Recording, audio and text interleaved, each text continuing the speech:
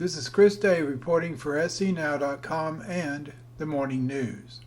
Florence County Progress, Inc. is the private sector arm of the Florence County Economic Development Partnership. It was created in the early 1980s by business leaders throughout the county to provide private sector support and leadership to our publicly funded economic development program. Florence County Progress held its annual membership luncheon on Tuesday. 6 industry leaders discussed how they survived the COVID-19 pandemic. Now, as we enter into this new era and this post-COVID experience, what would you say has been some successes as well as challenges that you've been facing in your organization? I can start with that.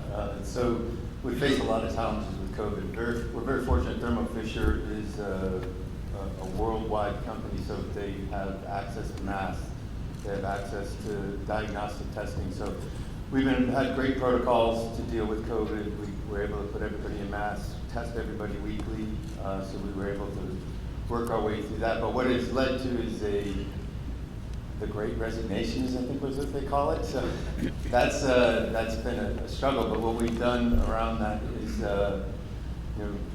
as Thermo Fisher did well, they gave back to the employees. So they gave back spot bonuses, retention bonuses over the last few years, which has really helped motivate the staff and keep them there.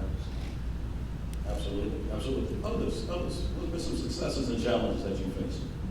So one of the successes for us is we're very small here in Florence. There's about 17 of us total. We're right down the street. We were able to socially distance pretty well.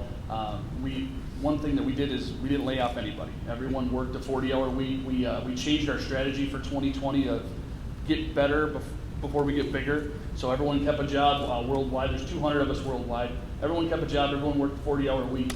And it was a huge testament to the team really rallied behind that they were a valued team member, and that's what we did. We just worked on projects and got better, and it's amazing to see the challenges and the differences that we've made over the last year and a half because of COVID. We've turned it into a positive.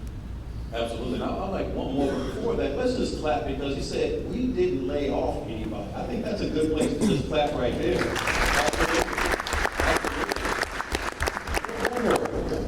Yeah, so I'll steal the thunder there too. You can one more clap, because we didn't lay off anybody either.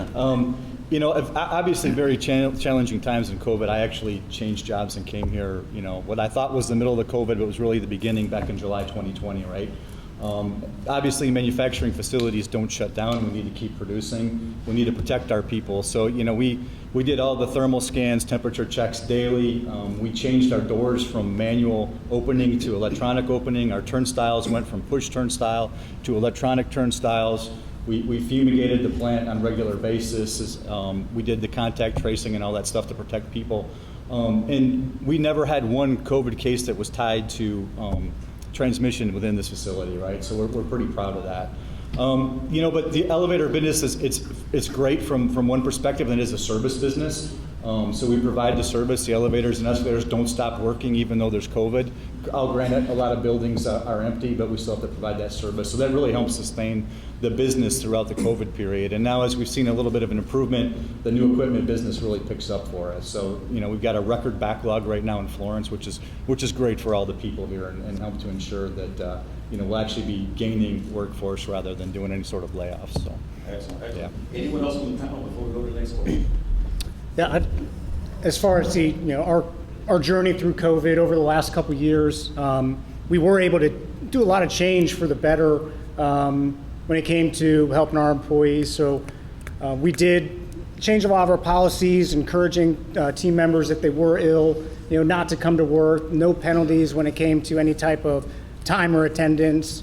We were fortunate too, didn't have to lay anyone off at all. But also made us change, really think about how we did stuff on site. Changed to a lot of virtual options to allow team members more flexibility, and it also allowed us to bring more team members on. We used to be constrained to maybe only 40 to 50 team members starting each week, and now we can start about 200 a week because of a virtual option. And we also stood up a COVID team that if any team member fell ill, was having had COVID-like symptoms, we had a team that was strictly dedicated to that, which really helped out the on-site team as well as all of our managers.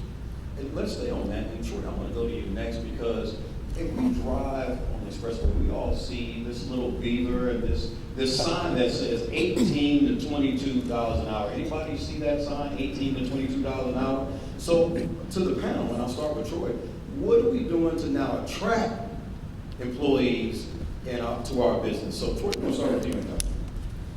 Well, one of the things that we do at Troy, Niagara, you can get the mic up. Yeah. one of the things that we do at Niagara is we definitely look at what our core penances are, and we have a penance that we call life, and actually we use the beaver as one of our mantras as well. And it's lead like an owner, innovate, find a way, and empower to be great. So one of the things that we really try to do is when we bring people into our site, there's a culture that's basically maintained throughout Niagara, and we really try to instill that into our people. But outside of Niagara, we really try to teach and teach people and have people understand what makes Niagara a great company. And once we get people in, we definitely believe in promoting from within and offering opportunities once they're inside the building itself. Excellent. James, what about you? What are you doing in that case? Attracting employees.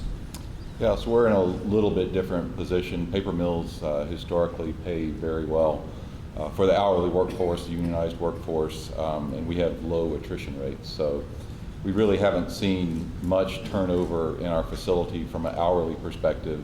From a salary perspective, I think it's been the challenge has not just been COVID, but it's been kind of the aftermath with the booming economy that's come after that has been a challenge for us. In particular, finding in our industry, it's very, I'll say, engineering friendly, and finding engineers to come into the facility, and particularly engineers coming from colleges, has been extremely demanding. So we've been really kind of think outside of the box over the last year or so with some of the things we're working with developing work flexibility for people, days that they can work from home, opportunities for 410 schedules for engineers, for example, which is something other companies don't do on a regular basis. So it's challenged us to think about things a little bit different than we have thought about in an industry that's been settled in kind of the way they do things for many, many years. How important is collaboration, and who are those must-have partners that you have to have? Anyone can take that. Rich, you want to take that?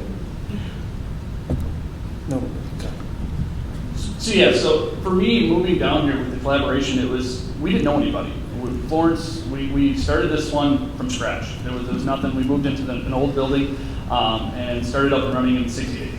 So it was the temp agencies, the county progress, all the people that I tried to meet, and just getting out and going, okay, I need to talk to somebody because I was blind, right? So working with Joe King and Stephanie Bosch and Cameron Packett, things like that it was essential for me to get out there immediately and go, okay, how do we find people? Where do we go? What do we do? And working with Spherion, and it was AccuStaff at the time, they've helped us tremendously find the workforce that we needed.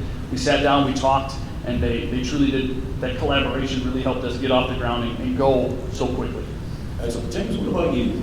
Collaboration, and who are those strategic partners you got to collaborate with? Yeah, so I guess I'll start by talking about a new paper machine that we built. That's a 3-year project that has been running now for 18 months. It's a $450 million investment that we put into this site here. And if you don't know the paper industry, we actually in Florence County we have I'll call it the most sophisticated paper machine in the country right now, the last one built. So very technically complex with what we're doing there. We built that, and right in the middle of construction was the first wave of COVID. So basically, we got to the point where construction became very slow. We had to collaborate with a lot of people, certainly in Florence County, in South Carolina, and even worldwide.